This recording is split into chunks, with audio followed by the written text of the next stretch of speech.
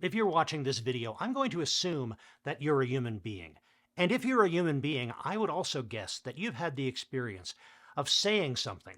And even as you're saying it, even as the words are leaving your mouth, you realize this is the exact wrong thing to say. It's going to make you look foolish. It is going to be insulting. It's going to be taken the wrong way. There are a million things you could have said, and yet this is what you are saying.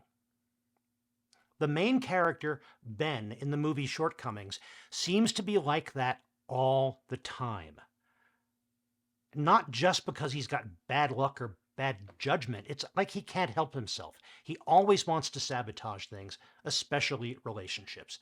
And by the way, this is a Drafthouse Diary for Thursday, August 10th, when I went to the Alamo Drafthouse at Sloan's Lake to see the movie Shortcomings. And what I've described so far probably makes this sound like a terrible movie, be it horrible, uncomfortable thing to watch, and at times it is.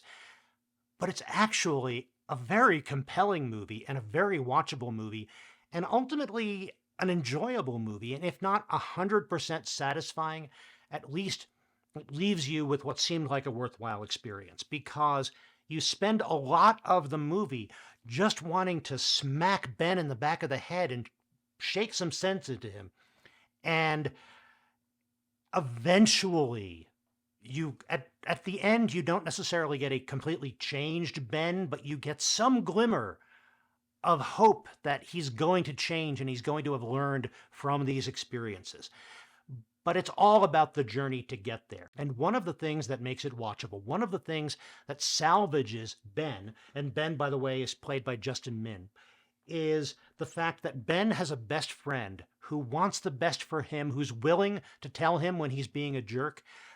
And she seems like a good enough person, not perfect, but at least has a moral compass that if she thinks Ben is worth being friends with and is worth trying to make better, well, we can take her word for it and we can stick it out and watch the story of his development as well. The trappings of the story are kind of mundane. Ben is a dropout film student who tried the whole run up your credit cards and make your indie movie route, and it didn't work. And now he's managing an art movie theater. And he's been living with his girlfriend, Miko, who doesn't really feel appreciated. And she has good reason not to really feel appreciated. But most of the movie is about him really figuring out what he wants and also figuring out how to respect what other people want and what is making other people happy, even if it's not him. It's got a really good ensemble cast, not just Justin Min playing Ben, but also Sherry Cola playing Alice and Ali Maki playing Miko. But they're surrounded by characters who seem real, slightly elevated in that dialogue is a little bit more clever than people can be in real life.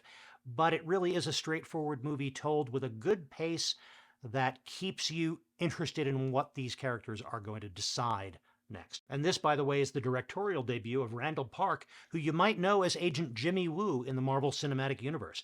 Really solid directing style here. I'm really looking forward to seeing more by him. I'm also looking forward to reading the graphic novel on which this is based. It has that kind of graphic novel feel to it. I'm not sure how to explain that. If you've seen movies like Ghost World and liked those, you might understand what I mean. It's not the same kind of movie, but there's a certain kind of pace, a certain kind of story structure framing that I see in a lot of graphic novel-based movies. And I think that it's a great path of adaptation from graphic novel to movie for the right kind of story like this was. Other parts of my trip to the Alamo. The pre-roll was not custom made for this movie.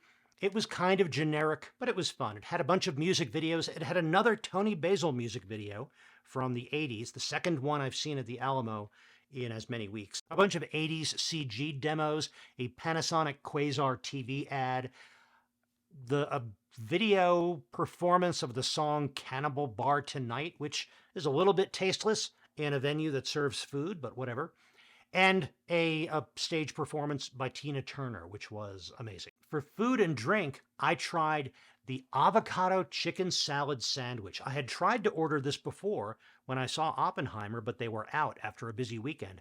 I'm so glad I got a chance to try that because it was amazing. One of the best sandwiches I think I've ever had at the Alamo. Now, this is the best sandwich I have had at the Alamo. I really hope that stays on the bonus features menu for a while because it's outstanding. The staff, the rest of the theater, very friendly.